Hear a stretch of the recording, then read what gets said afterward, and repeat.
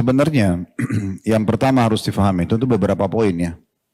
Kalau rezeki itu sudah tercatat ikhwat dan akhwat sekalian. Makanya Ibnu Qayyim rahimahullah mengatakan seharusnya setiap muslim itu fokus memikirkan bagaimana hubungan terbaik terjadi antara dia sama Tuhannya, Allah subhanahu wa ta'ala. Dia menjalankan tugas dengan baik dan kewajiban yang telah dibebankan kepadanya dan maksimal, serta tidak usah terlalu banyak fokus memikirkan masalah rezeki dan ajal. Karena keduanya hanya butuh ikhtiar yang sederhana saja. Untuk mendapatkan rezeki hanya butuh ikhtiar sedikit atau berusaha. Begitu juga dengan kematian butuh persiapan. Karena dua-duanya sudah dijamin dari sebelum penciptaan alam semesta ini. Dari statement beliau ini sebenarnya yang sangat menarik adalah bagaimana bukan kita tidak boleh ikhtiar dalam masalah rezeki. Kita boleh bekerja. Tetapi jangan lupa kalau semua itu sudah tercatat di sisi Allah subhanahu wa ta'ala. Tidak usah ragu dengan rezeki. Makanya Hasan Basri rahimahullah mengatakan, aku selalu senang dan tenang karena dua hal. Tentu ada beberapa athar yang lain disebutkan beberapa hal oleh beliau. Tapi saya fokus coba kedua hal dan beliau mengatakan karena yang pertama rezekiku sudah ditentukan oleh Allah, tidak akan pernah diambil oleh orang lain. Dan yang kedua adalah ajalku sudah ditentukan, maka aku akan selalu sibukkan untuk beramal. Dalam riwayat lain, antara lain beliau mengatakan, sesungguhnya ya, aku akan dihisap oleh Allah dan dipertanyakan tentang amalku dan tidak mungkin akan dikerjakan oleh orang lain, maka aku sibuk dengan amal-amalku. Jadi yang pertama, yakinlah rezeki itu ada. Mau bagaimanapun pasar, harga naik, harga turun, rezeki kita sudah dicatatkan oleh Allah subhanahu wa ta'ala. Kita tidak akan meninggal teman-teman sekalian sampai setetes air yang sudah Allah takdirkan menjadi rezeki kita akan sampai kepada kita. Dalam sebuah hadis kata Nabi SAW tidak akan meninggal satu jiwa sampai rezeki terakhirnya tersempurnakan. Pasti akan sampai kepada kita. Itu yang pertama. Yang kedua, memang dalam kehidupan ini ada suka dan duka. Tidak semuanya adanya suka.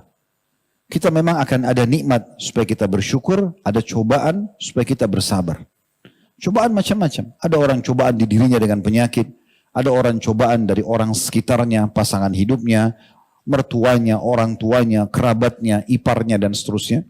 Ada orang mungkin cobaannya dengan teman-teman terdekatnya. Dan sekian banyak contoh-contoh dalam masalah ini dari kehidupan Nabi SAW dan seterusnya. Semua orang akan diuji. Ada juga ujian masyarakat dari pemimpinnya, ada ujian pemimpin dari masyarakatnya. Maka hal-hal yang seperti ini ujian dari Allah subhanahu wa ta'ala. Tugas kita bersabar. Bagaimana caranya bersabar? Menerima dulu keputusan Allah subhanahu wa ta'ala sebagai sebuah ujian sambil kita ikhtiar. Kita coba luruskan kalau itu memang salah, kalau ada kezaliman. Kita memohon kepada Allah subhanahu wa ta'ala agar kezaliman ini diangkat. Sebagaimana sabda Nabi SAW. Dalam sebuah hadis yang sahih, kalau seandainya kalian dikaruniai oleh Allah pemimpin yang zalim, maka apa yang kalian diberikan, ambillah. Yang kalian belum diberikan, maka mohonlah kepada Allah subhanahu wa ta'ala, karena sesungguhnya waktu itu sangat dekat. Maksudnya, ajal masing-masing sangat dekat. Kezaliman itu tidak akan bertahan seterusnya. Gitu kan? Kalau keputusan itu memang adalah adil, karena memang harus dinaikkan harga pasar, karena keadaan memang, misalnya seluruh dunia sedang ditimpa permasalahan atau negara itu sedang ditimpa permasalahan, sedang naik harga, maka itu dibiarkan. Memang itu keputusan yang bukan cuma kita sendiri. Kezaliman itu di saat kita secara individu tidak mendapatkan hak kita. Tapi kalau merata, semua orang bisa merasakan karena memang itu kebijakan yang dianggap adil, maka itu adalah hal yang dibolehkan dalam syariat. Di masa Nabi Muhammad SAW, saudaraku seiman, pernah terjadi kenaikan harga pasar. Lalu datanglah beberapa orang sahabat dari hadis Jabir radhiyallahu anhu, hadis yang sahih. Mereka datang kepada Nabi SAW mengatakan, ya Rasulullah, harga pasar lagi naik. Tolong tentukan harga buat kami. Kata Nabi SAW, tidak. Dalam riwayat lain, biarkanlah. Kemudian datang orang kedua mengatakan hal yang sama. Nabi SAW mengatakan, biarkanlah. Karena sesungguhnya penentu harga, penentu rezeki adalah Allah subhanahu wa ta'ala. Di sini banyak sekali ulama menanggapi statement Nabi SAW. Kenapa beliau sebagai pemerintah tidak menentukan harga dan membiarkan pasar? Karena beliau tahu tentang kondisi di masa itu. Maka kita di sini teman-teman sekalian bersabar. kita doakan agar Allah Subhanahu wa taala memberikan jalan keluar dari permasalahan ini. Mungkin di saat kita berada di posisi para pemimpin, mungkin kita akan mengambil kebijakan seperti itu atau lebih. Kita tidak pernah tahu. Yang penting alhamdulillah kita dikuatkan dengan poin pertama, rezeki kita ada, akan sampai kepada kita dengan izin Allah Subhanahu wa taala. Maka tidak perlu khawatir dengan masalah ini. Tapi tetap tadi saya bilang di poin selanjutnya bersabar. Artinya sabar itu terima keputusan Allah Subhanahu wa taala sebagai ujian tapi sambil ikhtiar. Yang suaranya bisa sampai di saat ini memang adalah kezaliman, disampaikan. Seperti tadi sabda Nabi SAW, apa yang kalian diberikan ambillah, yang kalian belum diberikan mohonlah kepada Allah Subhanahu wa taala secara langsung. Ketahuilah waktu itu sangat dekat.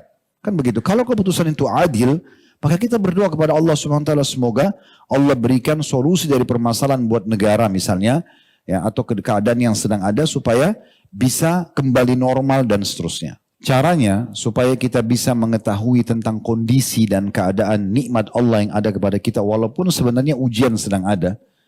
Coba perhatikan orang yang lebih berat dari kita. Coba perhatikan kondisi orang yang lebih berat daripada kita. Jangan sampai teman-teman kita hanya sakit flu saja, kita sudah menganggap seperti sudah terjadi kiamat. Padahal di sekitar kita ada orang yang flu dan demam.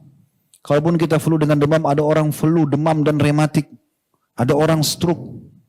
Ada orang yang sekarang di masa ini, saya terus mengikuti keadaan teman-teman kita di Gaza, mereka makan rumput, gak ada makanan. Rumput, mereka cabut rumput, mereka makan. Sisa-sisa makanan yang sudah tidak layak dimakan, makanan-makanan hewan, mereka ambil. Karena tidak bisa lagi hidup. Seseorang anak muda di sana sekarang mengirim sebuah cuplikan, dia meminum air dari bekas, maaf saya bahasakan WC. Air-air dari saluran pembuangan, mereka tidak bisa lagi punya air. Tapi dia dengan mengatakan, Alhamdulillah, tidak ada air lagi, saya mati kalau tidak minum. Tetapi saya merasakan air ini seperti air yang suci dan air yang sehat, karena saya tidak punya yang lainnya. Anak kecil, sudah nggak ada lagi orang tuanya. Terpaksa tidur di jalan, musim dingin sekarang. Di Palestina beberapa wilayah turun salju. Lihat keadaan mereka teman-teman sekalian. Kita cuma sekedar misalnya ada sedikit harga naik, tapi antum masih bisa makan. Termasuk di negara kita, Masya Allah, Tabarakallah. Artinya dengan adapun yang naik. Bukan saya membela kalaupun ini ada keputusan zalim. Saya tidak katakan juga itu zalim. Tetapi kita bisa melihat dengan kacamata yang berbeda tentang kondisi dan keadaan orang lain. Terlalu banyak orang yang lebih besar ujian daripada kita. Sampai hari ini, di beberapa negara di Afrika, setiap hari itu bisa dikatakan ribuan orang meninggal dunia karena kelaparan. Karena penyakit, mereka tidak ada obat. Mereka tidak punya pakaian dan segala macam hal. Kita Masya Allah bisa beli pakaian, masih ada pekerjaan. Cuma mungkin ada perubahan harga di barang. Kita coba ikhlaskan menerima keputusan Allah. Kemudian kita coba ikhtiar tadi saya bilang. Kalau itu zalim, minta sama Allah diberikan solusinya. Bukan supaya dibalaskan, tidak. Bagi supaya Allah berikan jalan keluar. Kalau itu adil, Allah juga memberikan pahala orang yang sudah berijtihad dan tetap mengembalikan kenormalan. Jadi coba lihat teman-teman keadaan-keadaan seperti ini, ya, supaya kita bisa sadar ternyata ada orang yang lebih berat daripada kita. Bahkan Nabi SAW mengatakan dalam sebuah hadis yang sahih, kalau sedang memuncak ujian Allah kepada kalian, ada musibah, ingatlah musibahku, karena musibahku itu akan meringankan musibah kalian. Musibah apa yang berat, lebih berat teman-teman sekalian di masa daripada Nabi SAW. Beliau orang terpercaya Mekah, tokoh masyarakat, jalur nasabnya jalur yang paling mulia, orang yang paling sempurna secara fisik, sangat tampan. Sebagian ulama ada yang mengatakan Nabi SAW lebih tampan daripada Nabi Yusuf alaihissalam. Nabi Yusuf punya sepertiga ketampanan dunia. Beliau terkenal, begitu jadi Nabi didustakan oleh kaumnya sendiri. Dimulai dengan pamannya Abu Lahab. Waktu Nabi SAW kumpulin orang untuk menyampaikan agama Allah, Abu Lahab yang pertama mengatakan, Tabban lak ya Muhammad. Kecelakaan buat kamu. Alihada jama'atana, apakah karena ini kau kumpulkan kami? Disuruh orang-orang bubar. Waktu Nabi SAW ingin berdakwah ke kota Taif, dalam beberapa athar disebutkan, yang menyusul ke kota Taif untuk menyampaikan masyarakat Taif dan tokoh masyarakat untuk menolak dakwah Nabi SAW, itu Abu Lahab, paman beliau sendiri. Dan seterusnya. Waktu Nabi SAW hijrah ke Madinah, yang menjual dan mengambil rumah Nabi SAW, yaitu rumah Khadijah, termasuk rumah besar di Mekah, itu sepupunya sendiri, saudaranya Ali bin Abi Thalib. Dan seterusnya, cukup banyak ujian. Kemudian di masa hidup beliau meninggal istrinya, dan dari 7 orang anak yang Allah SWT karuniakan, 6 orang anak beliau meninggal di masa hidupnya. Jadi cuma satu saja yang hidup di masa hidup Nabi SAW.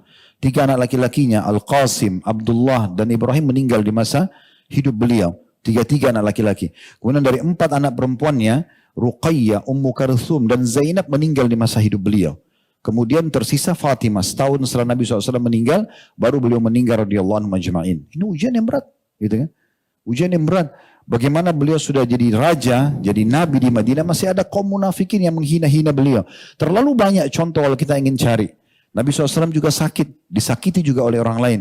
Jadi jangan kita berpikir teman-teman hidup ini, walaupun kita sudah berusaha maksimal menjadi orang baik, lalu tidak ada yang memusuhi kita. Nggak mungkin. Itu menghayal. Sehebat apapun antum menjaga tutur kata antum, sikap antum, pasti ada saja orang yang mencari permasalahan. Itu terjadi pada Nabi Muhammad SAW. Kan gitu. Saya pernah berbagi cerita kan. Saya kadang-kadang kalau lagi ingin melunakkan hati lebih jauh, ingin menambah keimanan, seringkali saya dengar tilawah imam-imam Masjid Haram. Satu waktu saya pernah dengar Syekh Abdullah Juhani, Dr. Abdullah Juhani, suaranya sangat bagus, Masya Allah, menurut saya. Kemudian saya dengarkan sholat subuh beliau, indah sekali. Mungkin sekitar 20 menit dari 2 rakaat itu, disatukan rakaat pertama sama rakaat kedua bacaannya. Maksudnya sholatnya itu, saya dengar rakaat pertama, rakaat kedua. Setelah selesai, Masya Allah bagus sekali bacaannya. Tilawahnya juga enak didengar. Kebetulan juga Allah amanahkan saya bisa ngerti apa yang beliau baca, maka kita lebih tersentuh di situ. Tapi subhanallah selesai melihat cuplikan itu di YouTube, saya kaget melihat tidak sengaja ada orang yang dislike. Jempol bawah. Padahal tilawah Al-Quran, Syekh ini tidak bicara apa-apa. Nggak jelasin hukum, bicara, enggak. Sholat subuh, Allahu Akbar, baca Al-Fatihah, baca surah. Sampai salam. Ada orang masuk di channel itu khusus untuk dislike saja. Coba pikir.